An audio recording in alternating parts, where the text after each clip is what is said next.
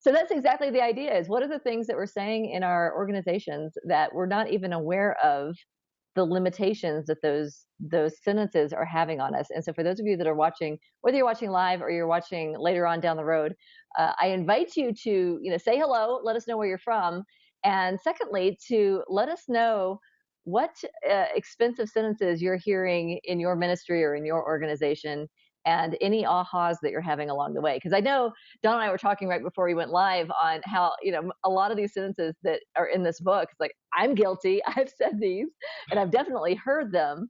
So it's, and not that they're always a bad thing. So talk a little bit about that, Don. So these sentences we're talking about, they're not always expensive, but, but, It's conventional wisdom is often just that. It is wisdom. It's truth. There is value in the conventional wisdom. One of the examples that we use is it's too late to change. We yeah, can't change horses in midstream. And certainly there may be a point at which you can't change horses because there's no other horses. right, There right. are no other choices. But one of the illustrations in the book is the idea of Netflix. Netflix had said that they were getting out of, most of their business was streaming business and not DVD, and they were going to get out of that business. And then they proceeded, they started a new company, and they began to move forward with the plan. And then somebody said, well, wait a minute, we're Netflix, we started this way, what if we stayed this way? And they just made the decision, after spending millions of dollars, they made the decision to stay with what was their original business plan, which is DVD, and then ultimately going to streaming. And so it was a case where they didn't need to change horses, and they kept going. They kept going with their old model rather than they just turned around. Right. And I think it's really great to recognize when we're saying things that we're just kind of like that's just what you say. It's like, well, we've always done it this way, or you can't turn back now, or those things that just kind of come out of our mouth and we just logically accept them as truth because we have just heard it said before. And sometimes it's true, but sometimes it's not. And that's a really great example of sometimes it's not true. Now, I know, because as we started talking about this, and when you were speaking at the summit last year, we were talking specifically because you're a unity minister. It's like we had a lot of unity and new thought ministers, centers for spiritual living. We had a lot of our leaders amongst us, and we started talking about some of these expensive sentences that are kind of unique to new thought, and there was lots of laughter and lots of self-awareness. I think, like, I do that. What are some of the things that you've heard, maybe in your own ministry or in other ministries, that send up that red flag? Well, one of the first ones, and the one that I used last year probably more than once, is the idea of unity time. I love unity time. It's so funny. We have this concept that we that we're easy to get along with. We're kind of laid back, and we give people the impression, if we follow that, we give people the impression that we really don't care about time. And I've actually seen services start late, waiting for the regulars to show up.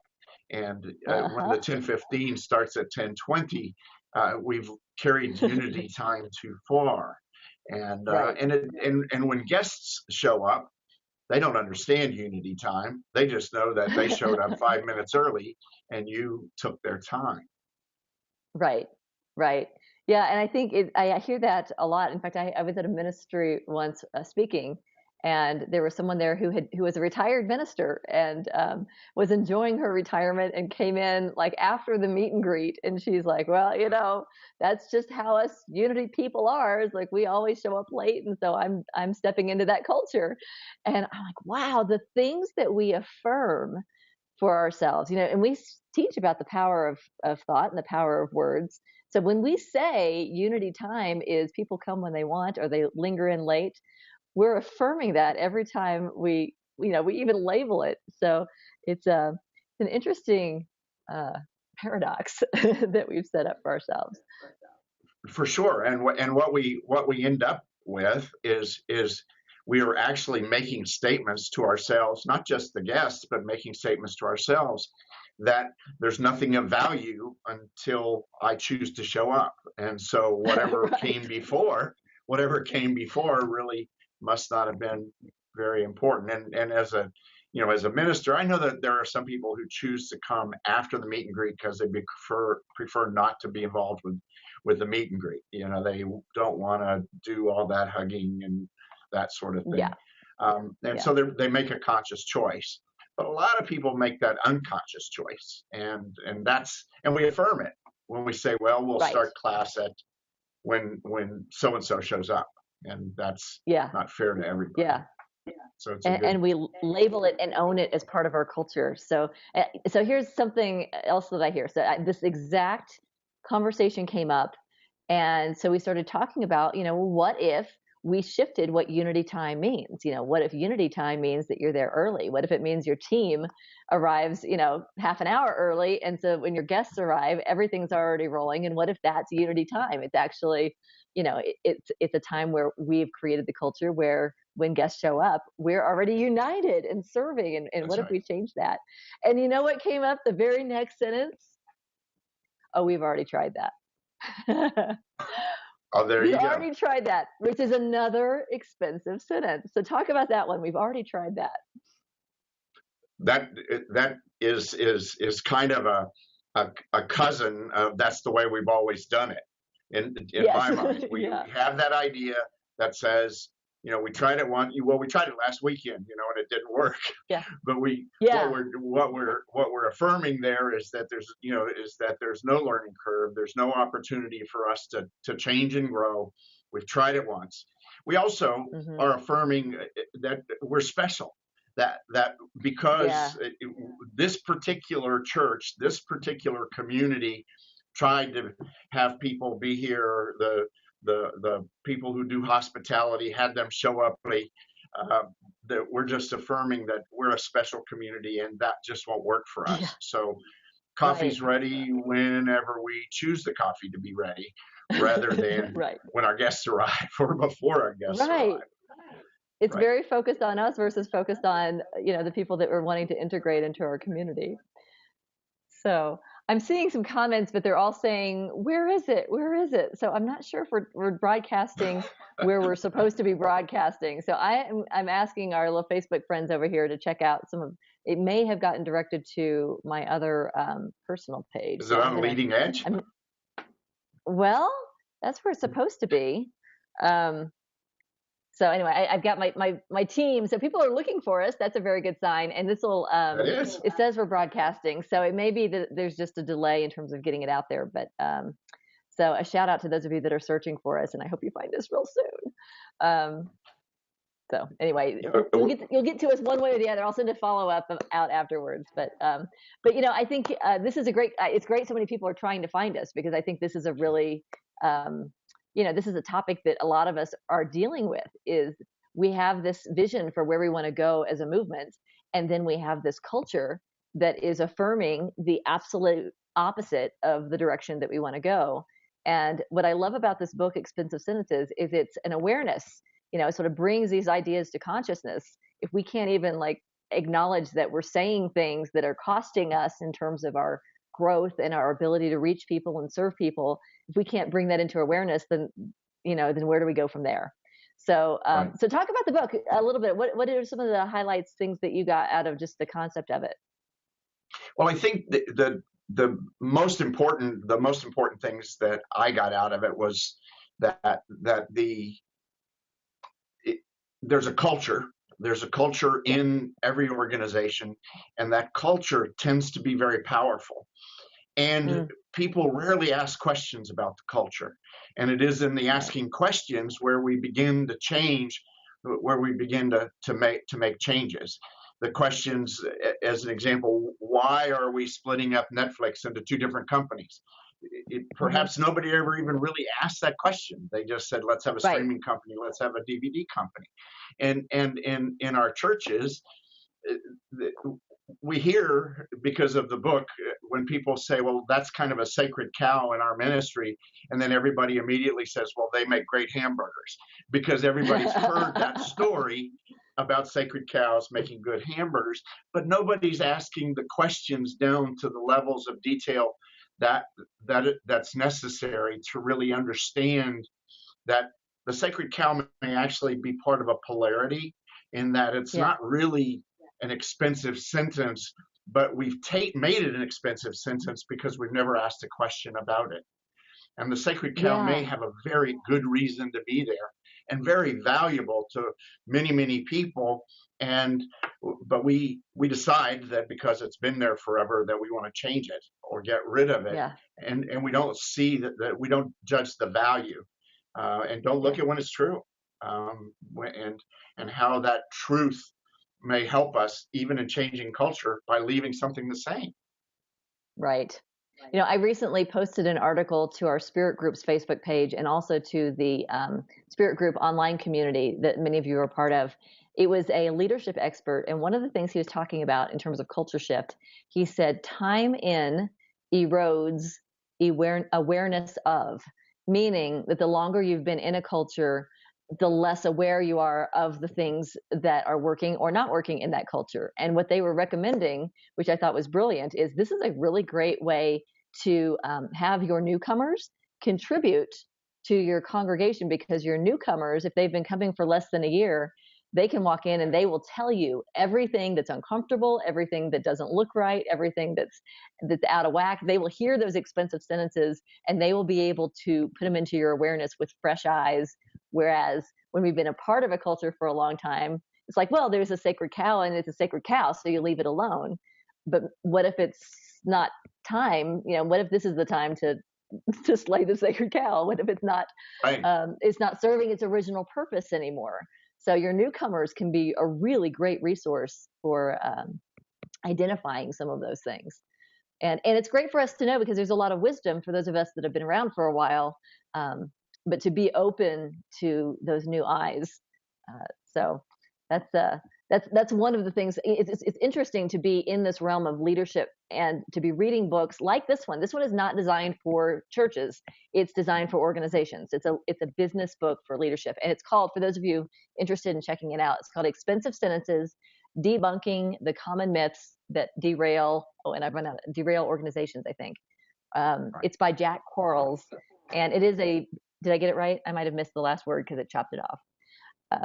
But it's a business book, and it's got some really great tips in terms of the financial costs of some of the things that we companies don't even look into change because of some of these sentences that pop up. So we can learn a lot from that. And I would say too, for anyone that's watching this, if you have a favorite leadership book, and Don, maybe we do a few more of these, because I love leadership and business training, because we can learn a lot from it.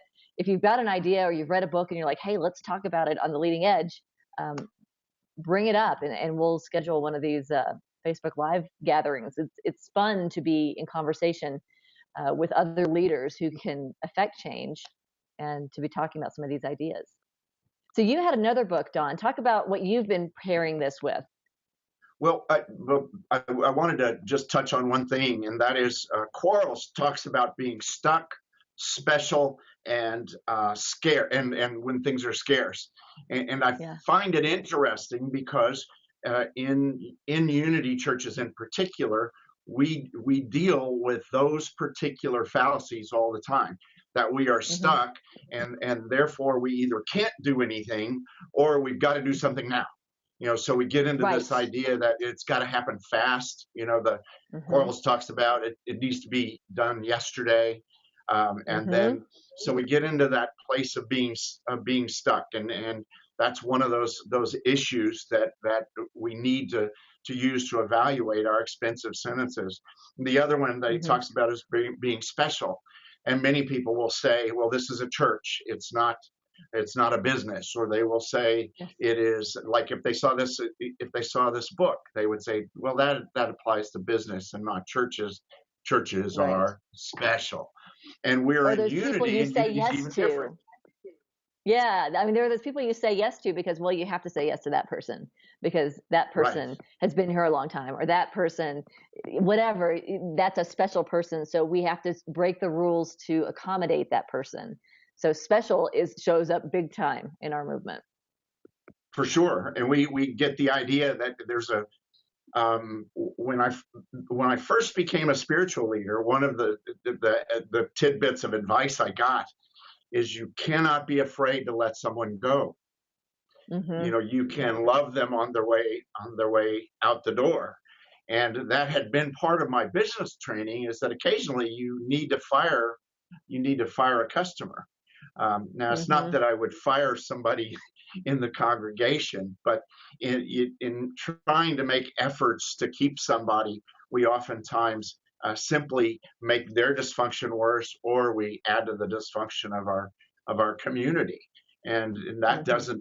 doesn't help anybody, especially when our efforts are outside of our mission, where we begin to look to provide a program for this particular person rather than Hmm. continuing with our mission focus, because that's truly a challenge for a lot of people in our congregation.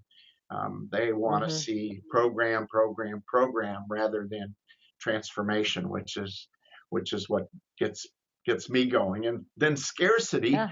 amazingly enough, that's where we get into I move into the idea of spiritual bypassing, and that is that here we are, folks that talk about never coming from lack, and yet we will Hmm. make decisions based upon that product is scarce. We make Yes. decisions when someone says, when I, it's happened in both churches I've been at, where I say, why is it there's only 5 volunteers or 8 volunteers at this little church? Hmm.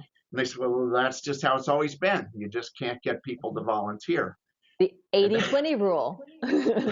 that's right. That's right. And that was really good for Pareto, but I'm just not sure that it is how we help people grow spiritually by saying, oh, well, it's 20% Hmm. and we're doing well. And so that Yeah. brings me in that concept of scarcity then goes into the idea of spiritual bypassing. And I forget who wrote this book. Um, it's I'll called see if I can Spiritual Google it. Bypassing. And it is written by Robert Augustus Masters. And Nice. he in this book he talks about using our spirituality or our understanding of spirituality to avoid difficult questions or difficult situations. And Yes. so I got to there's a we do that quite often here in Unity in a lot of ways. Hmm. Um, and in some ways that don't really go along with our theology, but we Hmm. think they do, and We it's think we bumper do. sticker Yeah. theology. Yeah, I have seen that too. And when we're talking about expensive sentences, we're not just talking about what's a different word you could use that sounds more spiritual or that is a little, seems more aligned. It's not just changing the vocabulary, it's looking at the underlying assumptions beneath the sentence and seeing what would it cost. One of the recent leadership podcasts that I was listening to was talking about hiring strategy and how so many ministers is the main idea was don't hire your ministry. Like you, if you think about, if you've ever, and I have had people come to me and it's like they're going through a tough time and you want to help them, so you want to find a job in the ministry for them to do something. And this particular leader was saying, you don't hire your ministry, you serve your ministry. You don't need to hire them, you want to hire your A team.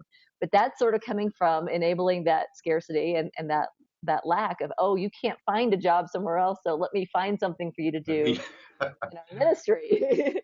Right. And that ends up, I mean, the cost of that kind of thinking, if we don't examine that kind of thinking, it costs us in terms of our energy, in terms of our resources, our time resources, our financial resources. So it's pretty important. And that spiritual bypass, like you said, it's very tempting when we get into our circles to just look for a different word, but the consciousness underneath the word hasn't really changed. So this is Right. looking Right. underneath that. Yeah. I often So, say that if you walk into the room and say, "Oh my goodness, I've got a health challenge," well, your body, your subconscious, your consciousness knows that health challenge means you feel sick. And right, changing the word to health challenge didn't do a darn thing to that underlying feeling and the experience of being sick. We can change right, our language, but it doesn't necessarily change that underlying consciousness. The consciousness is what we talk about in unity. And another example I used is if we need $15 for the water bill, somebody told me that they never say I need $15 for the water bill. I require $15 for the water bill, and that the same is thing. languaging that it still evokes lack for me. And Hmm. the consciousness of lack wasn't evoked by me needing $15 to pay the water bill. The consciousness was before we ever got to needing, having that requirement of Right, $15. And so right, hunting around in a board meeting for new languaging for the fact that we had to spend $1,000 more than we brought in last month is perhaps just spending a whole lot of time doing nothing uh, when we need to have conversations about how to change our consciousness. And the language right, is probably not what it is. It's something else right. going on. Yeah. So some of these expensive sentences, I made my own little list, and I'd be interested for those of you that are watching this stream to share what are the sentences that come up to you, and they can be sentences that you use in your own mind. That here a big one for me. I don't have time. I don't have time for this. I don't have time for that. So that's a scarcity one. So that's a personal one. You talked about unity time. Oh, here's one I like. I'd love to hear if you've had this before. Our people don't commit to things. So when I go in and we talk mission centric, and it's like this is about engaging people and getting them into groups and having them serve as leaders, and the response I get is, "Oh, our people don't commit to things," and I think that's one of those expensive sentences. Um, it may be true. You may have the evidence to support that, but it's kind of like we have special people, and the special people we have are Right. different than other people who might commit to something like that. So that's one. Do you have any others? What are some of the ones you think of? That seemed to get hit all three S's there. It really Yeah, it did, didn't it? it got the stuck. We're stuck with what we got because nobody else is going to commit. Hmm. We have a scarcity of people willing to commit, and we're special. So And we're it got all the special. criteria. Boom, boom. Yeah, there we go. Grand slam. Here's another one that I get. And so this spirit group program obviously is for mission centric ministries. It creates an infrastructure for small group leadership development, things like that. And Don, you've been in there almost since the very beginning. You've been doing this with your congregation. I know you understand the concept of this. Oftentimes I will take this to ministries and I'll say, here's something that I think would help you grow if you're feeling stuck or you're feeling lack. This is a proven model that's based on what I see in megachurches. So all of that. And what I'm met with in this sentence is like the ultimate shutdown is, oh, we've tried that before. Didn't work for us. So I'm like, if you've tried it before and it didn't work for you, then you probably didn't try this. You may have tried small groups, you may have done something, but it wasn't this. And I think sometimes when we use those sentences, it just kind of shuts down the possibilities. Instead of saying, well, what is it that you might be doing different than what I've done before? That can create possibilities. But when it's like, no, we've done this. Our congregation doesn't do that kind of thing. It totally shuts things down. And this ties into the other sentence I had that I hear a lot is, I already know that. And we'll even have people go through the entire training and then they'll be nodding their heads. Oh yes, I know. And then over time you can finally see when the light starts to go on. It's like, wait a minute, maybe there's something in here that I don't already know. And if I can open myself to it, it might be able to help. So have you heard any of those? Are there any of those familiar to you? Oh, sure, sure. The idea of when people we oftentimes hear words and we translate that in our mind. So if we hear Mm-hmm. spirit group, the spirit group model, we think Hmm. our fall adventure in faith or our fall faith Right. series that becomes that's the model that we have in our mind, and that Right. didn't work or didn't get the kind of success that we thought it should have gotten, rather than Hmm. making that asking the questions, why didn't this Hmm. work the way it works in other churches? It's that we limit ourselves by doing that. And anytime we limit ourselves, again, we go back to that scarcity. We create our own scarcity by saying, I Hmm. already know that, or I have already, I've already tried it. When I Yeah. look at, a place like, Saddleback, that has a Hmm. worldwide small group ministry, then I think about that in terms of new thought, because it's so hard. We had conversations this weekend about how do you get a new thought person into a new thought church? How do you get them to know? Because some people don't even know they're new thought people. Yes. They don't even Yeah. know about it, but there are pockets out there, and it is in that effort to pick up the 5 and 6 that allow us to get the word out, to have that mission of transforming lives, and do that mission without the church, without rent, just being able to have people go somewhere to get the change that they look for. And of course, when we're stuck in the building mode, we want to have Hmm. the certain number of seats filled, then that alters our experience of having people who don't even come to our church in a spirit group, which to me Right. is just one of the coolest things possible, is to have somebody that can't even come here because of distance, that makes a choice to have a Hmm. spirit group. That and nobody's tried that. Maybe some Right. people have, but but Well, hopefully folks more and in more other as we get the word out. Yeah. yes, yes, because it's that influence that we have, that's our opportunity, to me, to get things to really change. And that's that, again, one of those polarities between our building and people. And Hmm. oftentimes we think buildings and people are the same thing. And so that's Yeah. another polarity challenge for us. Um, I W- did want to mention, oh, go ahead. Oh no, go ahead. Go ahead. I can come back Oh, to it. I wanted to mention one of the things about one of the expensive sentences that I've heard, and it it was a case of someone who really probably needed to. Well, ultimately they did leave our congregation, but they acted out in a way that just was unacceptable, and Mm. it was a disruptive person, and someone said, "Well, let's affirm divine order." And I Oh, said, that's a "Well, good one. well, let's affirm divine order." And then they wanted to stop. It affirming divine order and then just moving on to the next subject is not really going to get us into a place of resolution, because we've Yes. decided the divine order is going to come, but without any effort or action from us.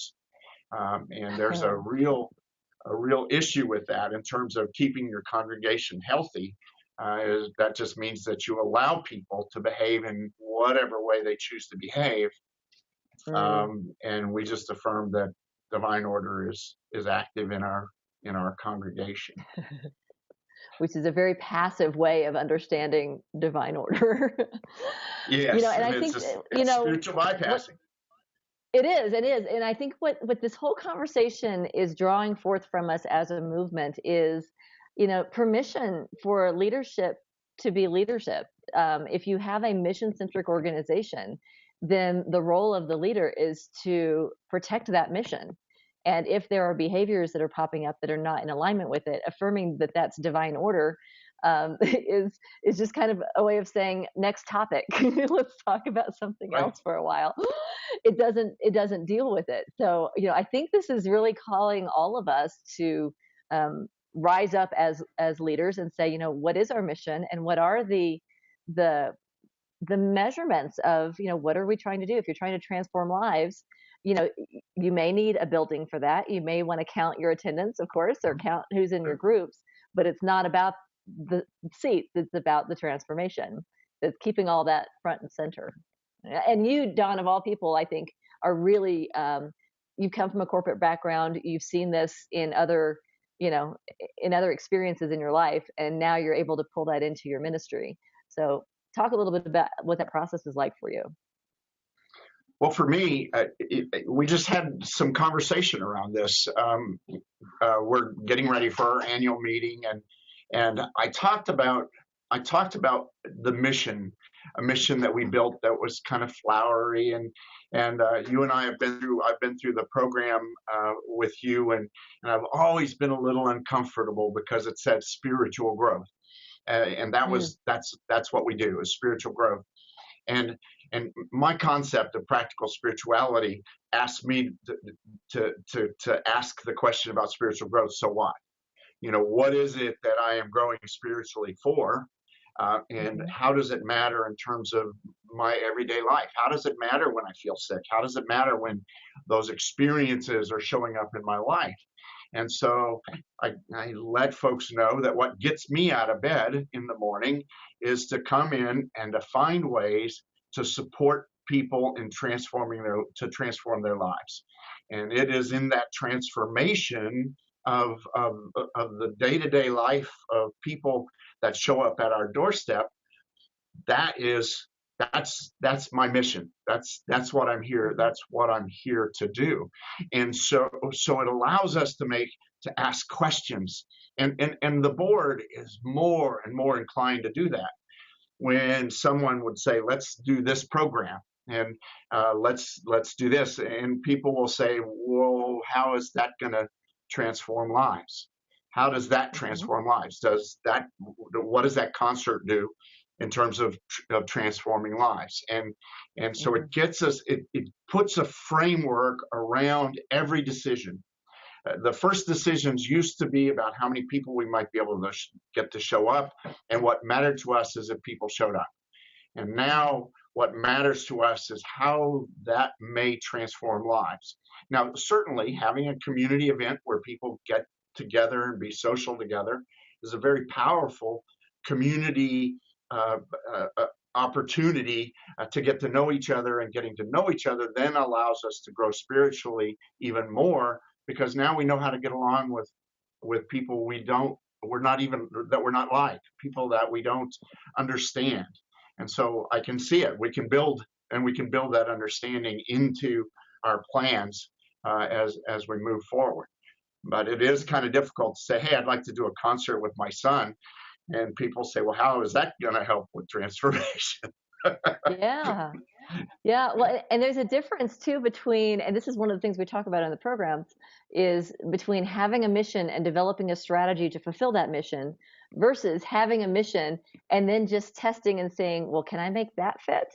Can I say that this concert is transformational? Because if I look at it in a certain filter, if you look at it in a certain filter, going and checking the mail is transformational. If I wanted to say, is that a transformational experience? I can say, well, there might be something in that mailbox that's going to change my life.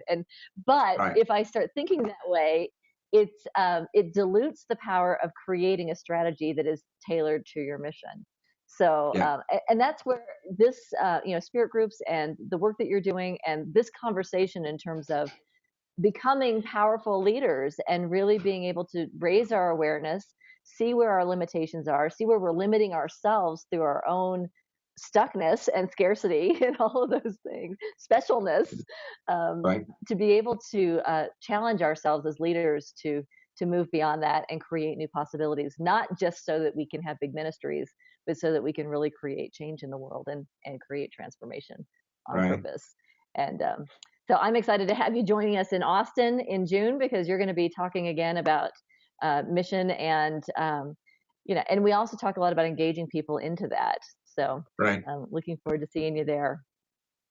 Looking forward to it. I really am. Yeah, Yeah, yeah. yeah. So anything else you want to add? Any other highlights from the book, or just from this idea of expensive sentences? Well, I think that, to me, the key is is Hmm. is to continue to do the questioning. You keep Yeah. questioning. It's just like one of the. In fact, they use the words enlightenment.